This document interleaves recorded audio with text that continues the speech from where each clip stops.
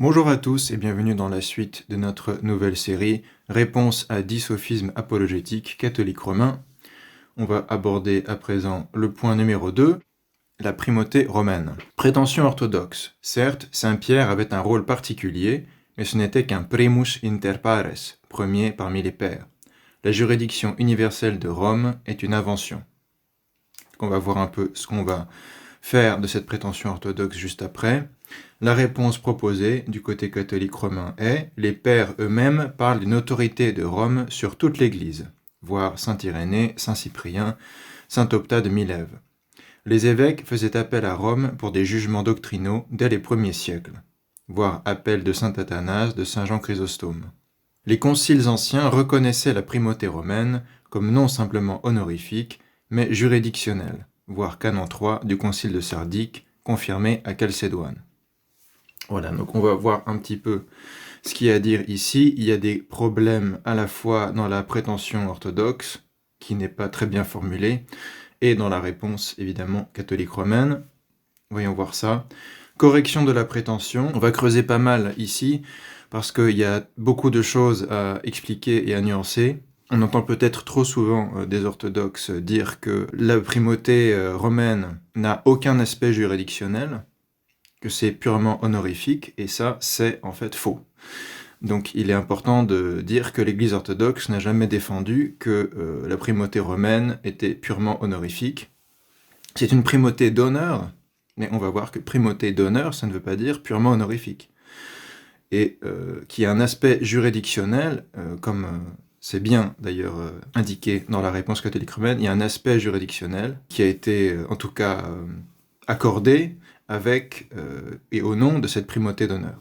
Creusons un petit peu, correction de la prétention. Il est vrai que ni les Saintes Écritures, ni le consensus patristique ne permettent d'établir que Saint Pierre, souvent appelé en Orient le coryphée des apôtres, ça veut dire le chef de chœur des apôtres, si vous voulez, ce qui revient à un primus inter pares, si vous voulez, il dirige le chœur, mais il est un membre du chœur aussi, jouissait d'une suprématie juridictionnelle absolue ou d'un charisme fonctionnel d'infaillibilité et d'indéfectibilité, tel que cela fut dogmatisé à Vatican I en 1870. Il est vrai également que la révélation et les pères s'accordent à enseigner qu'il était cependant, à certains égards, on parle de Saint Pierre, en tête du collège apostolique, à la fois comme figure charismatique, comme porte-parole, comme figure de l'unité collégiale, épiscopale et ecclésiale, voire comme primat.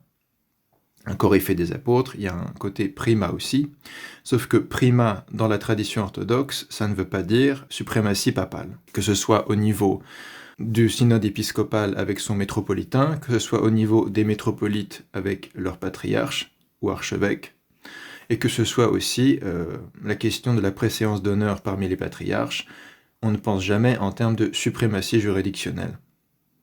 On aurait bien du mal à démontrer ça à partir des 5 canons d'ailleurs. Continuons. Cependant, on ne saurait dire que le caractère pétrinien d'une part et la question de l'autorité spécifique de l'évêque de Rome de l'autre ne soient tout à fait identifiées chez les saints-pères. Bien des choses sont dites à propos de Saint Pierre, sans être rapportées en particulier ou systématiquement à l'Église ou à l'évêque de Rome, comme c'est devenu le cas dans la mentalité papiste.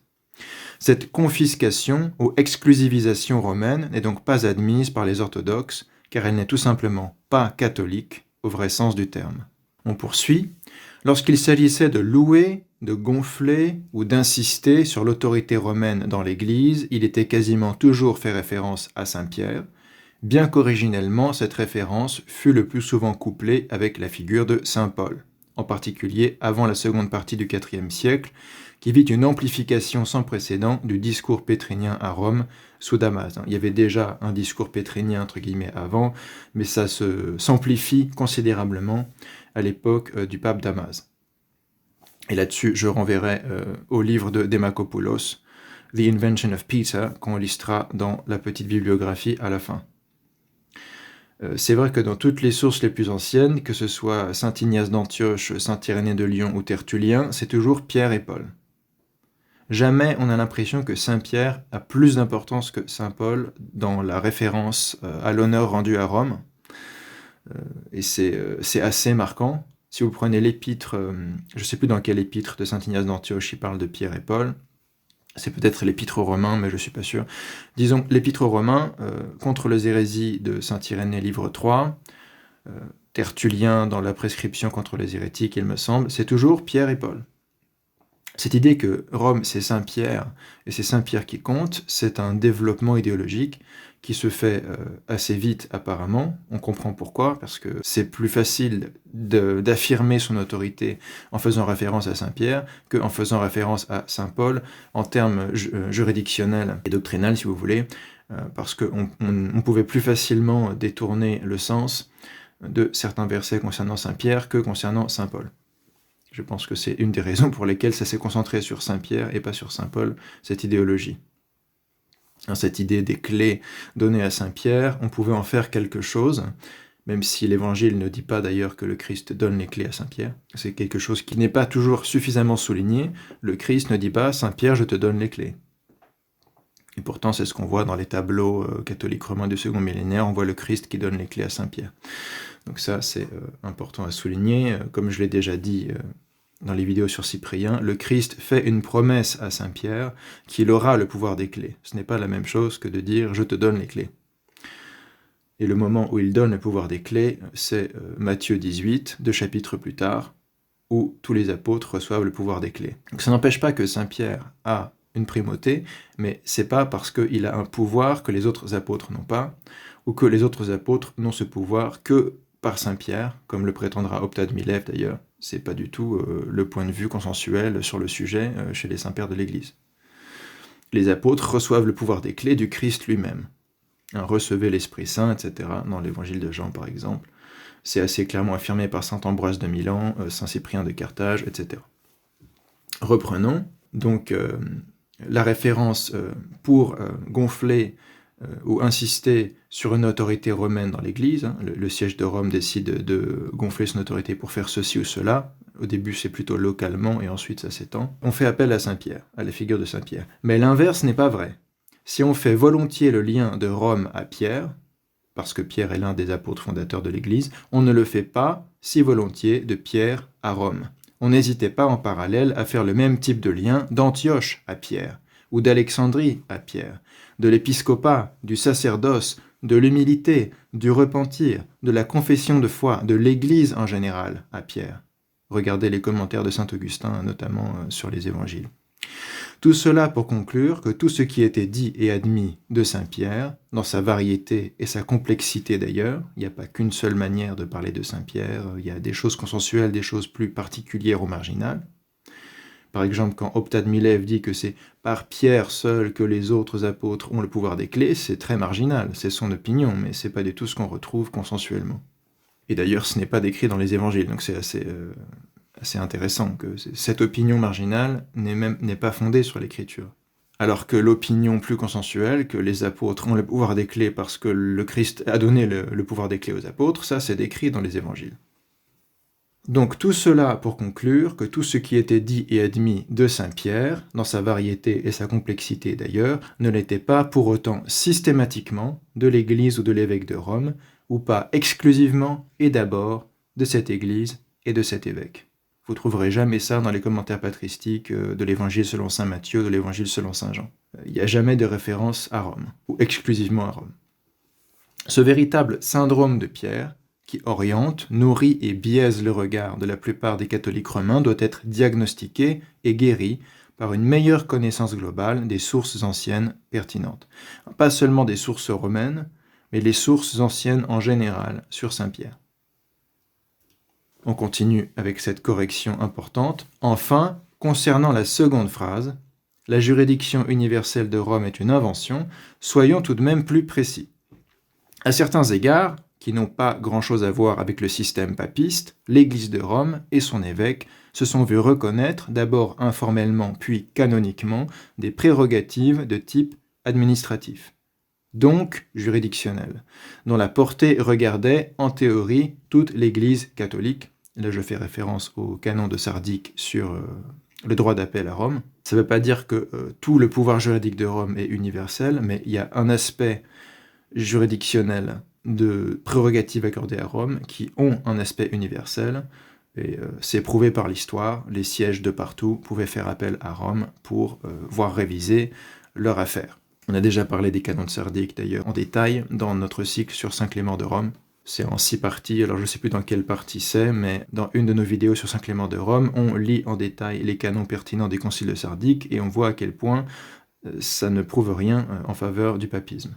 C'est en effet ce qui découle de plusieurs des canons du concile de Sardique, réunis vers 343, qui n'est pas un concile écuménique, mais qui est largement reconnu dans la tradition canonique, si vous voulez, qui fait pleinement partie de la tradition canonique orthodoxe et orientale, voire concile in Trullo canon 2, et dans le Pédalion de Saint Nicodème l'Agiorite, on trouvera bien sûr les canons de Sardique, dans la partie qui concerne les conciles locaux.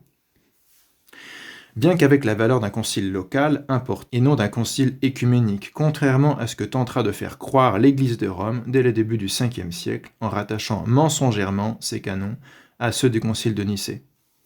Là-dessus, je renvoie aux documents des conciles carthaginois ou des conciles africains, en particulier les conciles de Carthage du début du 5e siècle, qui démontrent que Innocent Ier notamment essayait de, c'était pas le premier, je sais plus qui est le premier, mais plusieurs papes ont essayé de faire croire que ces canons de Sardique étaient du concile de Nicée, qui est complètement malhonnête. Enfin, je ne sais pas quelle est la raison officiellement derrière, mais en tout cas c'était faux, et les Africains, pour vérifier qu'ils n'avaient pas la berlue, c'était pas dans leur liste des canons de Nicée, ont demandé à Saint Cyril d'Alexandrie en Égypte et à d'autres églises orientales de leur donner leur liste des canons de Nicée, et ils ont vu que, en effet, leur liste des canons de Nicée à eux, en Afrique, correspondait à celle des Grecs, et il n'y avait pas du tout ces canons de Sardique qui n'ont jamais eu d'autorité écuménique. Le concile de Sardique n'a pas été un concile écuménique, ça a été un concile manqué à certains égards, puisque la majeure partie des orientaux ne sont pas venus au concile et ont créé un contre-concile à Philippopolis. Donc finalement, c'est surtout les évêques occidentaux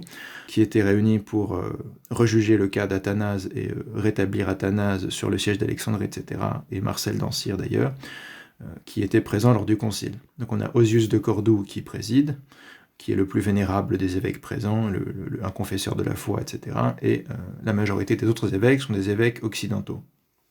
Donc en fait, même si l'Église orthodoxe reconnaît la valeur de ces canons, elle n'a pas forcément eu la même lecture, la même application que Rome a essayé d'en faire envers les Africains, par exemple. Elle a dit, regardez, ces canons de Sardique font partie des canons de Nicée, donc vous devez absolument faire appel, enfin les appels à Rome sont justifiés, et les Africains n'étaient pas du tout d'accord. Alors, comme Saint Cyprien encore au IIIe siècle, au début du 5e siècle, c'est pareil. L'Église d'Afrique, elle veut absolument pas entendre parler de révision de leurs décisions locales par Rome, et donc elle rejette ces canons, et elle interdit dans ces canons de prétendre faire appel à Rome pour dissoudre des décisions africaines. Donc c'est un des exemples historiques qui montre que même ces prérogatives d'appel à Rome, qui ont été largement acceptées finalement, pouvaient être disputées, discutées, remises en cause, même par des églises latinophones, des églises jugées occidentales, mais qui n'étaient pas sous juridiction romaine, comme l'église africaine. Donc c'est plus compliqué que ça. Mais nous, on reconnaît généralement la valeur des canons de Sardique, et il est clair que des évêques orientaux ont fait appel à Rome dans certaines situations. Mais comme le précise le document de Chieti qui a été signé en 2016, ces appels n'étaient pas faits exclusivement à Rome.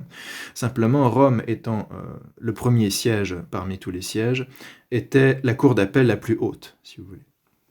On pouvait faire appel, selon sa situation, à une cour plus haute, mais pas forcément directement à la plus haute, ça dépend de la situation. Ou alors on pouvait faire appel à plusieurs cours en même temps. On pouvait faire appel à Constantinople, on pouvait faire appel à Alexandrie et à Rome, et mettre toutes les cordes à son arc en envoyant des plaintes, si vous voulez, à tous ces sièges. Mais Rome était la cour la plus haute. C'est à ça que ça sert la primauté aussi, en fait. Voilà. Donc la primauté d'honneur, par exemple, ça veut dire qu'en termes d'appel, le premier siège aura l'autorité la plus haute, et au-dessus du premier siège, il n'y aura que le concile écuménique. Ça, c'est sûr que le concile écuménique, c'est l'Église dans son ensemble qui est au-dessus de tous les évêques. Aucun évêque individuellement ne peut être au-dessus du concile. Ça, c'est le point de vue orthodoxe. Je pense que c'est démontré par l'histoire des conciles écuméniques. Et d'ailleurs, ça n'a pas été oublié en Occident au concile de Constance. Reprenons. Il faut donc souligner d'emblée qu'il est faux de dire que du point de vue orthodoxe, la primauté d'honneur n'est qu'une primauté purement honorifique. L'expression de primauté d'honneur est ancienne et canonique, voir Constantinople I, canon 3, Chalcédoine, session 16. mais son contenu et sa portée exacte restent difficiles à établir s'il faut en croire Alberigo. Alberigo, c'est un des grands spécialistes des conciles œcuméniques, et il fait ce commentaire, je crois que c'est au canon de Constantinople I, il fait ce commentaire que les spécialistes ont un peu du mal à définir exactement les frontières de ce que c'est que cette primauté d'honneur. Donc ça montre bien qu'il y a là quelque chose qui a été complètement oublié dans l'histoire de l'Église occidentale. On ne sait pas ce que c'est une primauté d'honneur dans l'Église occidentale, et donc on imagine que ça veut dire qu'il n'y a rien derrière, et on l'oppose à une primauté juridictionnelle, et ça fait une fausse dialectique. Donc soit il y a une suprématie absolue de Rome sur tous les aspects, soit il n'y a rien du tout. Mais en fait, c'est pas ça, c'est pas tout ou rien, c'est pas tout noir, tout blanc, c'est plus compliqué. Poursuivons. Pour le dire en bref, l'honneur dont parlent les textes anciens, que ces derniers soient religieux ou profanes, d'ailleurs, la notion de timi ou de honor en général dans l'Antiquité, ne doit pas être trop rapidement identifiée avec ce vide relatif et insignifiant que les modernes entendent volontiers par le terme honorifique. De nos jours, honorifique signifie finalement sans importance réelle. Mais dans la culture romaine impériale, l'honneur signifiait tout un ensemble et une ramification de choses que nous nous imaginons sans doute assez mal de l'aveu même des spécialistes. Ce que nous pouvons affirmer avec certitude néanmoins, c'est que d'une part, la primauté d'honneur n'était pas une fonction purement décorative. Ça n'a pas trop de sens de faire un canon dans un concile œcuménique où on dit que Constantinople aura aussi une primauté d'honneur si la primauté d'honneur ne veut rien dire et est purement décorative. Il doit y avoir quelque chose derrière de plus solide que simplement une petite médaille qu'on porte lors des cérémonies, si vous voulez. Ou simplement une place différente qu'on a dans les cérémonies. Il doit y avoir quelque chose d'autre, sinon on ne voit pas l'intérêt de faire juste un canon pour ça et de rappeler sans arrêt la préséance d'honneur des sièges lors des conciles. Une préséance des sièges qui a été reconnue universellement en Orient comme en Occident. La dernière trace qu'on en trouve dans les rapports entre catholiques romains et orthodoxes, c'est la définition du Concile de Florence, justement, où les Grecs ont insisté pour qu'on rappelle la taxis, ou l'ordre d'honneur des sièges patriarcaux. Donc c'est quelque chose qui était important dans l'Église ancienne, et qui est toujours resté important pour les orientaux, alors que chez les latins, finalement, le plus important, c'était de défendre la suprématie papale, et le reste, ensuite, on verra. C'est le pape qui va gérer tout ça. C'est d'ailleurs un peu ce qu'on constate, encore une fois, au Concile de Florence, quand est discutée la primauté papale. Les orientaux s'inquiètent des privilèges et des droits des sièges patriarcaux, et de leur ordre d'honneur, alors que les latins s'inquiètent simplement de faire accepter aux Grecs une plénitude de pouvoir ou des pleins pouvoirs du pape sur toute l'Église. Donc on voit vraiment la différence ecclésiologique à Florence de manière assez caractéristique. On y reviendra peut-être. Pour ça, on renvoie au livre de Sitchinski dont on va parler, The Papacy and the Orthodox. Donc reprenons, ce que nous pouvons affirmer avec certitude néanmoins, c'est que d'une part, la primauté d'honneur n'était pas une fonction purement décorative, et que d'autre part, elle ne consistait pas en un pouvoir ordinaire de juridiction universelle et immédiate, voire P9 pastor eternus.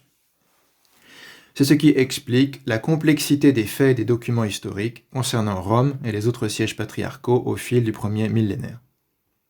Le pape de Rome, tel qu'il nous apparaît alors, non pas cependant de manière uniforme et univoque, parce qu'il y a plusieurs discours sur Rome. C'est assez clair que le discours de Saint Léon le Grand sur Rome n'est pas le même que le discours d'autres figures sur Rome, par exemple. Il y a différents discours sur l'autorité romaine, mais tel que ça apparaît canoniquement, l'évêque de Rome n'est ni un évêque comme les autres, ni un évêque qui n'a rien à voir avec les autres. En particulier les autres papes ou patriarches, ces termes étant en réalité interchangeables. Il n'y a aucune différence entre pape et patriarche du point de vue sémantique et du point de vue fonctionnel. C'est pas parce que l'évêque de Rome est appelé pape qu'il a la primauté, mais parce qu'il est l'évêque de Rome. Il faudrait aussi déconstruire cette idée. On appelle pape l'évêque d'Alexandrie. C'est pas parce qu'il est appelé pape qu'il a le 3e rang dans la taxis, et qu'il avait le 2e rang avant la fondation de Constantinople. Et encore une fois, on a des documents qui démontrent qu'encore au 5e siècle, un évêque gallo-romain comme saint Sidoine Apollinaire appelle pape tous les évêques à qui il écrit dans ses lettres. Et saint Avite de Vienne, un autre évêque gallo-romain du 5e siècle, appelle pape tous les patriarches, tous les évêques de grand siège auxquels il écrit. Il écrit une lettre au pape de Constantinople, par exemple. Donc cette idée que pape est réservé à certains sièges est à relativiser grandement, même si c'est vrai que du point de vue des actes des conciles œcuméniques, on aimait bien appeler pape en particulier l'évêque de Rome. Mais si on prend l'ensemble des documents, il n'est pas vrai que pape désignait seulement l'évêque de Rome, ou l'évêque de Rome et d'Alexandrie, ou l'évêque de Rome et d'Alexandrie ou d'Antioche. Ça désignait en fait soit certains types d'évêques, soit les évêques en général, et ça dépend de l'utilisation qu'on trouve chez un tel ou un tel. Encore une fois, saint Sidoine Apollinaire écrit « Au Seigneur Pape Loup » quand il écrit à saint Loup de Troyes. Pourtant, Troyes, c'est pas un siège apostolique, c'est pas un siège patriarcal, mais il est appelé au Seigneur Pape Lupus, parce que papas pouvait simplement vouloir dire ce titre d'honneur que je donne à cet autre évêque, que je considère comme un père, ou comme une figure paternelle, etc. Ça n'avait pas un sens nécessairement juridique, mais ça avait un sens honorifique, clairement. Donc là, je parle du terme de pape, ça ne veut pas dire que la primauté d'honneur, elle, avait un sens purement honorifique, c'est différent. Donc voilà, je pense que c'est important de dire, si on regarde les actes des conciles œcuméniques, l'évêque de Rome n'est pas un évêque comme les autres, il est le très saint pape de l'ancienne Rome, etc., comme disent les conciles. Parce que les conciles sont réunis en Orient, et en Orient, on appelle Rome l'ancienne Rome. Pourquoi ? Parce qu'il y a la nouvelle Rome qui est Constantinople. Ça, c'est caractéristique. Dans les actes des conciles œcuméniques, dès que c'est les orientaux qui parlent, vous allez entendre parler du très saint pape de l'ancienne Rome.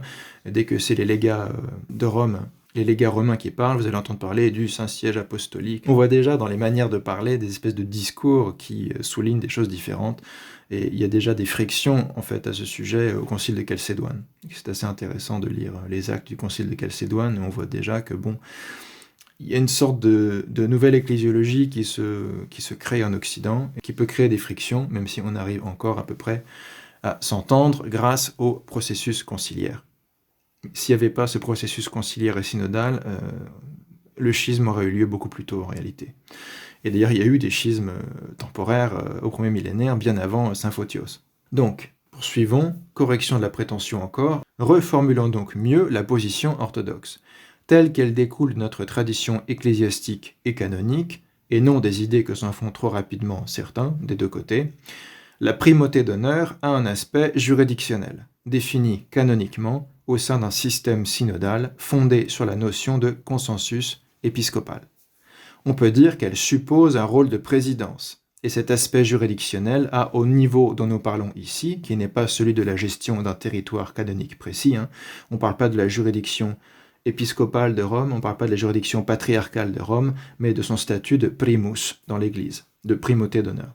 Un aspect, sinon universel dans les faits, du moins qui a vocation universelle, c'est-à-dire vocation à permettre de gérer les grandes crises ou les cas litigieux qui dépasseraient un intérêt purement local. C'est tout le but des canons du Concile de Sardique, qui est là pour répondre à la situation de saint Athanas d'Alexandrie, déposée injustement par des conciles ariens en Orient.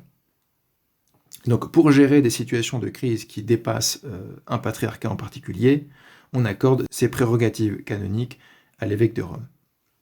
On peut donc affirmer de fait que la primauté d'honneur inclut, en un sens, l'idée de juridiction universelle. Mais en un sens seulement. Ce n'est pas là que se situe donc réellement le conflit entre le papisme et ce que nous considérons être le fonctionnement synodal et traditionnel de l'Église catholique et apostolique. Le désaccord se situe au niveau de la nature et du mode opératoire de cet aspect juridictionnel. On peut dire que du point de vue orthodoxe, la primauté de Rome, c'est-à-dire les prérogatives romaines qui ne regardent pas la gestion épiscopale ou patriarcale d'un territoire canonique donné, on est tous d'accord que l'évêque de Rome a juridiction immédiate sur le diocèse de Rome, et qu'en tant que patriarche de l'Occident, il a une juridiction patriarcale, donc pas immédiate, mais une présidence au sein des évêques du patriarcat occidental qui relève d'une juridiction en tant que patriarche, de même que Constantinople au sein de son patriarcat, Alexandrie au sein de son patriarcat, etc. L'évêque de Rome a une juridiction épiscopale sur son diocèse, patriarcale sur un territoire qui est celui du patriarcat romain. Là, on parle de la primauté d'honneur qui est encore autre chose. Donc on peut dire que du point de vue orthodoxe, la primauté de Rome, c'est-à-dire les prérogatives romaines qui ne regardent pas la gestion épiscopale ou patriarcale d'un territoire canonique donné, n'est ni de droit divin, ni traduite par un pouvoir ordinaire de juridiction immédiate. Donc je répète et je souligne, On peut dire que du point de vue orthodoxe, la primauté de Rome n'est ni de droit divin, ni traduite par un pouvoir ordinaire de juridiction immédiate. C'est sans doute les 3 points sur lesquels il y a un désaccord profond. La nature de cette primauté, est-ce que c'est de droit divin ou de droit ecclésiastique, ou de droit de coutume, comme l'affirme le canon 6 du Concile de Nicée? Est-ce que c'est un pouvoir ordinaire ou extraordinaire? Est-ce que c'est une juridiction immédiate ou médiate? Maintenant, notre réponse à la réponse catholique romaine, une fois qu'on a bien corrigé quelle est la position orthodoxe, parce que dire c'est juste une primauté d'honneur, ça ne dit pas grand-chose, il faut expliquer ce que ça signifie. Quelle est notre réponse aux arguments mis en avant par les catholiques romains qui eux-mêmes contiennent des sophismes? Petit 1. Saint Irénée de Lyon ne parle pas d'une autorité juridictionnelle de Rome sur toute l'Église. C'est juste simplement faux. Voir notre traitement en 3 parties de cette question sur cette chaîne, playlist fraude papiste. Saint Cyprien de Carthage non plus, voire idem en 5 parties dans la même playlist. On a parlé en profondeur de Cyprien, en fait je crois qu'il y a même 6 parties. 6 parties juste pour répondre à certains passages utilisés par les catholiques romains, et on a consacré ensuite bien d'autres parties à expliquer quelle est l'ecclésiologie de Saint Cyprien. 4 vidéos sur l'ecclésiologie synodale, 3 vidéos sur l'ecclésiologie exclusive, et enfin on a traité le cas très connu des affrontements ou des altercations entre Étienne de Rome et Cyprien de Carthage lors de la controverse sur l'anabaptisme. Donc on a consacré une série très très large et très très approfondie à Saint Cyprien, et je peux vous dire qu'il ne parle jamais d'autorité juridictionnelle de Rome sur toute l'Église. Ça n'existe pas chez Saint Cyprien de Carthage. Et c'est même contredit en permanence, si vous voulez. On peut même dire qu'une analyse attentive du Contre les hérésies de Saint Irénée, d'une part, et du traité sur l'unité de l'Église catholique et de la correspondance de Saint Cyprien, d'autre part, aboutissent à un dossier à charge contre le papisme, tel que défini dans le catholicisme romain. Pas simplement à Vatican I, mais tel qu'il est défini au Concile de Florence aussi, déjà, et tel qu'il est défini avant le Concile de Florence aussi. Mais la situation particulière au Concile de Florence, c'est qu'il y a cet affrontement sans merci en Occident même entre les conciliaristes et le papisme, si vous voulez, à tel point que le Concile de Florence a voulu bien insister sur le papisme dans la définition pour contrecarrer le conciliarisme, mais on y reviendra peut-être quand on parlera du Concile de Ferrare-Florence dans le prochain point. Quant à Optat de Milève, qui est un évêque africain du IVe siècle, qui a été canonisé, il me semble, en Occident au second millénaire par Grégoire XIII, donc avec une idée derrière que c'était bon pour le papisme sans doute, s'il admet le principe de la chair de pierre à Rome comme centre d'unité et de communion, on ne peut pas dire qu'il défende où que ce soit l'idée d'un pouvoir ordinaire de juridiction universelle et immédiate de l'occupant de cette même chair. Ça n'existe pas chez Optat de Milève non plus. De fait, le fonctionnement de l'Église africaine, dont Optat faisait partie en tant qu'évêque de Milève, a toujours été, depuis les débuts de l'évangélisation jusqu'à la conquête arabe, autocéphale et synodale, selon un modèle qui ne souffrait pas du tout les intrusions juridictionnelles potentielles d'outre-mer. Il en allait de même dans tout l'Orient. Je n'ai pas encore étudié assez précisément les différentes églises locales occidentales pour en parler, à part celle d'Afrique, mais dans tout l'Orient, c'est pareil qu'en Afrique. Le pape de Rome n'a pas de juridiction ordinaire et immédiate sur les diocèses d'Asie mineure, ou sur la Palestine, ou sur l'Égypte, etc. Poursuivons, petit 2, il est possible de mettre en avant des sources anciennes plus favorables ou plus propices au développement des idées papistes. Mais on les trouvera plus sûrement à Rome même, en particulier à partir de l'épiscopat de Damas, et chez des figures qui d'une façon ou d'une autre sont intimement liées à la sphère d'influence romaine, comme par exemple Saint Jérôme de Stridon ou l'épiscopat italien, même si ce n'est pas toujours le cas. En général, un évêque italien aura plus tendance à avoir ce discours à tendance papiste, même s'il faut aussi qualifier exactement ce qui est dit, qu'un évêque d'ailleurs. L'auto-affirmation et l'auto-exagération progressive et grandissante d'autorité est indéniable à Rome au fil des siècles, et influencera bien évidemment plus fortement les églises locales dépendant de la juridiction patriarcale romaine, c'est-à-dire le patriarcat romain. Cependant, il ne faut pas croire non plus que la version grégorienne, référence réforme grégorienne, que j'appellerais plutôt la révolution grégorienne, avec Meyendorff et Papadakis, qui commence au XIe siècle, ou ultramontaine, ça s'applique plus au mouvement qui va aboutir à Vatican I au XIXe siècle, du modèle papiste, était déjà dans les esprits, encore moins dans les pratiques. C'est pas parce qu'il y a ce discours très fort qu'en pratique, c'est déjà l'Église de la réforme grégorienne ou l'Église de Vatican I. On sait d'ailleurs à quel point les positions ecclésiologiques ont pu changer et diverger au sein du catholicisme romain lui-même tout au long du second millénaire. C'est pas simplement à une époque, mais tout au long du second millénaire, il y a des discours discordants sur la nature et l'exercice. En tout cas, dans l'exercice, c'est sûr. Sur la nature, il y a peut-être un accord général. On croit que c'est de droit divin, etc., par saint Pierre. Mais sur l'exercice et le mode opératoire, en tout cas, il y a énormément de conflits et de débats jusqu'à Vatican I. Et aujourd'hui, on en est encore un peu là, puisque dans le catholicisme, on parlait à l'époque de François de synode sur la synodalité. Ça montre bien qu'il y a toujours un problème ici. Si on doit encore essayer de définir au XXIe siècle ce que c'est que la synodalité dans l'Église, c'est qu'il y a peut-être un problème à ce niveau-là, qui aurait pu être réglé au XVe siècle et qui ne l'a pas été. Si la réforme grégorienne, initiée au XIe siècle par Léon IX, a été une première grande révolution de fait en la matière, voir Meyendorff et Papadakis, l'Orient chrétien et l'essor de la papauté, on redonnera cette référence en bibliographie au cours de ces vidéos, voir aussi d'ailleurs le livre de François Dvornik sur Byzance et la primauté romaine, il y a tout un chapitre sur la réforme grégorienne qui est aussi très très bien fait. Et qui, enfin, en soi tout seul, suffit à démontrer qu'en Occident, l'ecclésiologie est complètement modifiée encore à cette époque. Donc, si la réforme grégorienne a été une première grande révolution de fait en la matière, le Concile Vatican I a aussi, à sa manière, complètement modifié le statu quo sur le sujet et l'exercice concret du pouvoir papal au sein du catholicisme, voire le livre sorti il y a quelques années de John O'Malley, qu'on va aussi lister dans la bibliographie. Troisième point, malgré les sources favorables susmentionnées, on citera des passages très autoritaires de Saint Léon le Grand, de peut-être Gélas Ier, de peut-être Boniface Ier, etc. On citera des passages de tel ou tel document papal, on citera tel passage de Saint Jérôme, etc.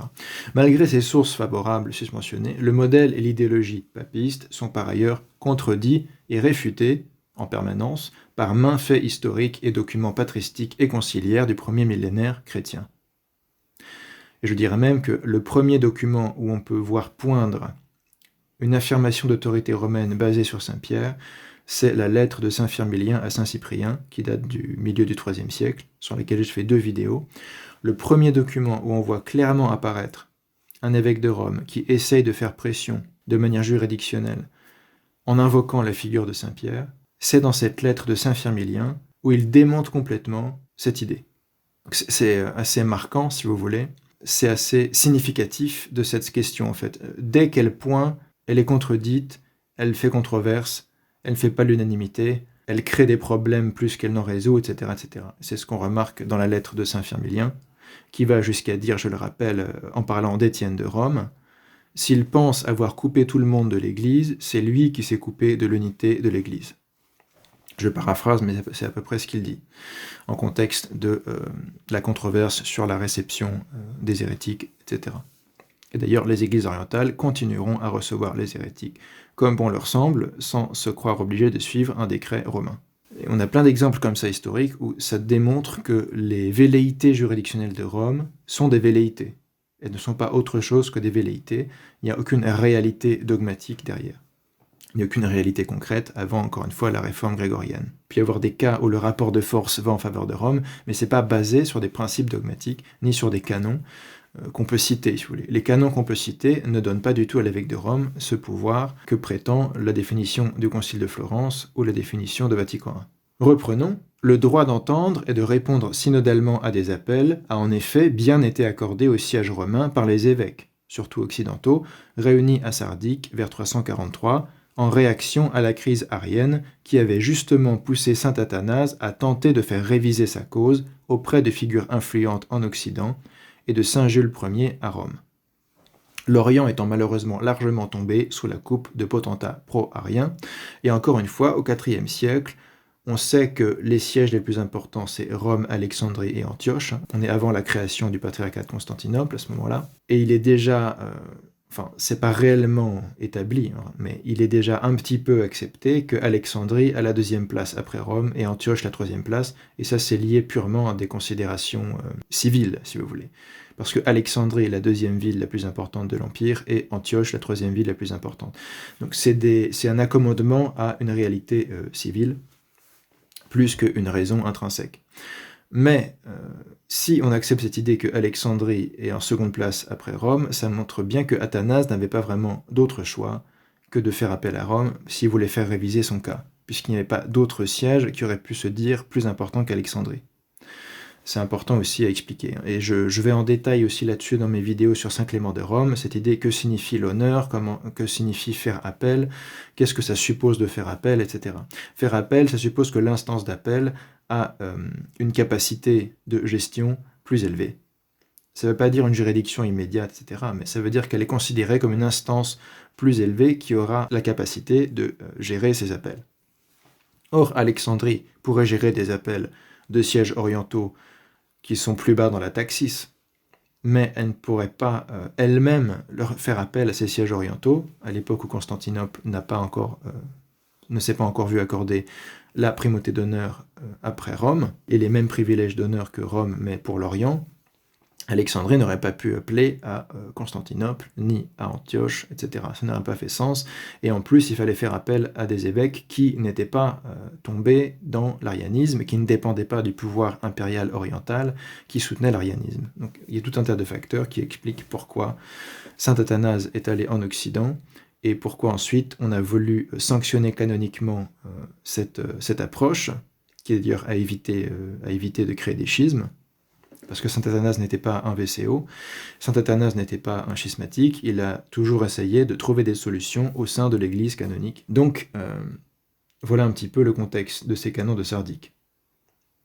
Nous avons analysé de près ces canons au cours de notre série sur Saint Clément de Rome, playlist fraude papiste, et avons démontré en quoi il réfute plus qu'il ne prouve la position catholique romaine. Quiconque voudra prendre la peine de comparer les décisions raisonnables et synodales de Sardique avec le Dictatus Papae de Grégoire VII au XIe siècle, Unam Sanctam de Boniface VIII au début du XIVe siècle, la bulle Letentur Celi d'Eugène IV, qui est le décret final du Concile de Florence, XVe siècle, ou encore Pastor Aeternus de Pie IX et Satis Cognitum de Léon XIII, XIXe siècle, à toute fin du XIXe, comprendront qu'il y a force ridicule à prétendre que les premières ont quelque chose à voir avec les seconds.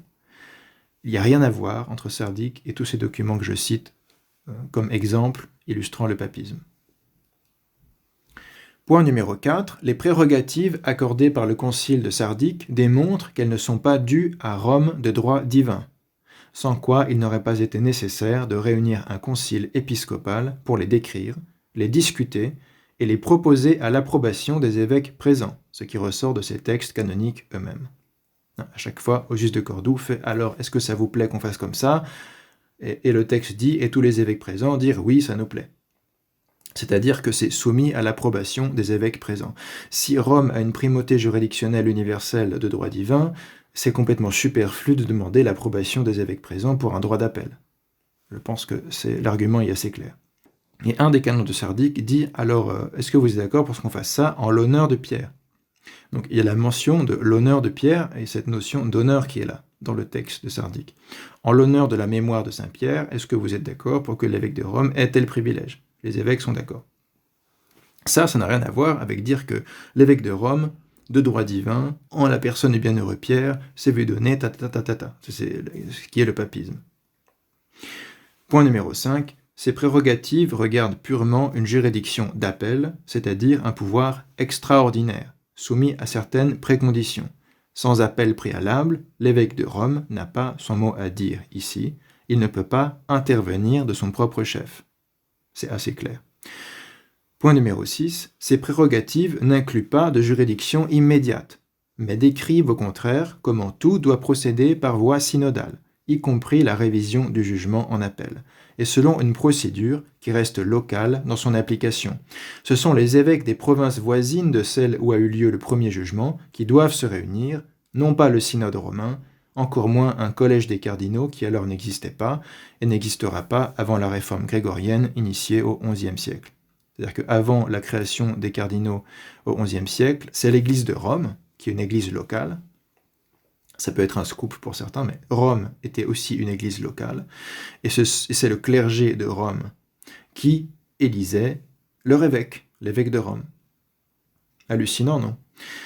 Au XIe siècle, ça change, puisque l'évêque de Rome décide qu'il n'est plus vraiment seulement, qu'il n'est plus l'évêque d'une église locale, il doit être l'évêque universel de toute l'église, et donc on va prendre des évêques de partout qu'on va appeler les cardinaux, qui vont créer une sorte de cercle rapproché, qui eux vont avoir des privilèges particuliers pour faire un conclave et élire l'évêque de Rome.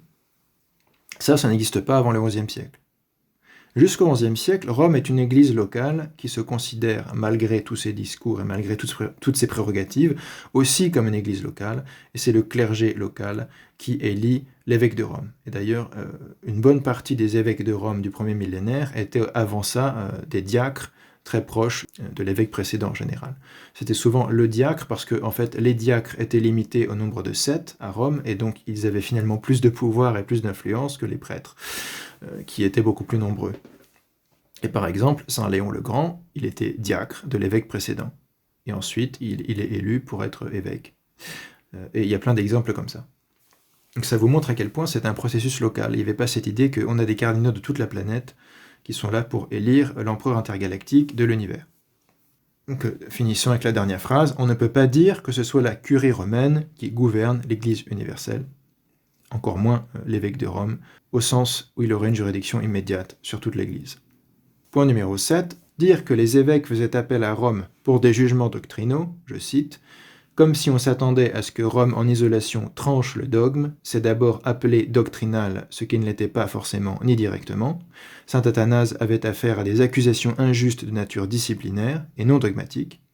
Il voulait qu'un nouveau concile puisse l'entendre et lui rendre justice, non pas que Rome dissipe ses doutes inexistants en matière de doctrine trinitaire.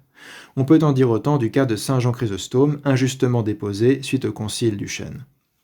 C'est justement pourquoi on ne voit pas les canons de Sardique parler de doctrine ou d'autorité doctrinale, mais de privilèges s'appliquant à la révision ou confirmation de cas de décision disciplinaire, typiquement un évêque ou un clerc qui estime avoir été injustement démis de ses fonctions par le synode local ou provincial. Ensuite, dire cela, c'est chercher à faire croire que Rome pouvait en effet trancher le dogme en isolation, sans doute en vertu d'un prétendu charisme d'indéfectibilité et d'infaillibilité, alors qu'il n'y a absolument rien à se mettre sous la dent à ce niveau dans les littératures canoniques. J'insiste, dans la littérature canonique. Le décret du 5e concile écuménique, Constantinople II, session 8, suffit d'ailleurs à lui seul à réfuter complètement ce type de notion. Donc on a quand même un concile écuménique qui vous explique que non, Vigile ne peut pas décider tout seul de la foi de toute l'Église. Donc je pense que c'est un bon critère pour savoir si on croyait à l'infaillibilité papale ou pas, plutôt que de citer des passages de lettres de saint Agathon ou d'Adrien Ier, et en conclure que, alors voilà, les gens croyaient à l'infaillibilité pontificale. Non, c'est pas aussi simple que ça. Enfin, terminons avec une petite liste de lectures à lire. Saint Cyprien sur l'unité de l'Église catholique, source chrétienne 500, fondamentale. Lisez tout simplement l'édition critique de ce texte et vous comprendrez pourquoi, excusez-moi du terme, c'est stupide de faire appel à Saint Cyprien pour défendre le catholicisme romain. C'est comme si je faisais appel à Luther pour défendre le libre arbitre, je sais pas, c'est comme si je faisais appel à Jean Calvin pour défendre la vénération des icônes, si vous voulez. Enfin, ça n'a aucun sens. Ensuite, Sitchinski, The Papacy and the Orthodox, Sources and History of a Debate. C'est une des autres grandes synthèses de Sitchinski, paru en 2017 aux éditions d'Oxford University Press, qui parle de cette question de l'ecclésiologie, particulièrement de l'ecclésiologie entre le catholicisme et l'orthodoxie. Donc c'est intéressant, c'est pas un point de vue anglican, c'est pas un point de vue protestant, c'est un point de vue orthodoxe et assez neutre, encore une fois. Sitchinski est un érudit plutôt écuménisant, donc il essaie d'être assez neutre et conciliant en général quand il aborde les documents, c'est pas à charge.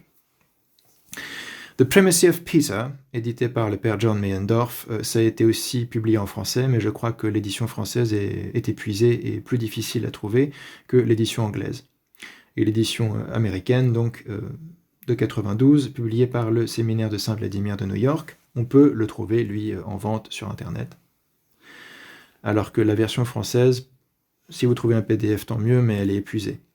Ensuite, j'ai G.E. Demakopoulos, The Invention of Peter, Apostolic Discourse and Papal Authority in Late Antiquity, qui est aussi une étude importante sur ce thème de l'évolution du discours pétrinien, comme il le dit, en lien avec les affirmations d'autorité papale dans l'Antiquité tardive. Ça aborde la plupart des points importants au premier millénaire.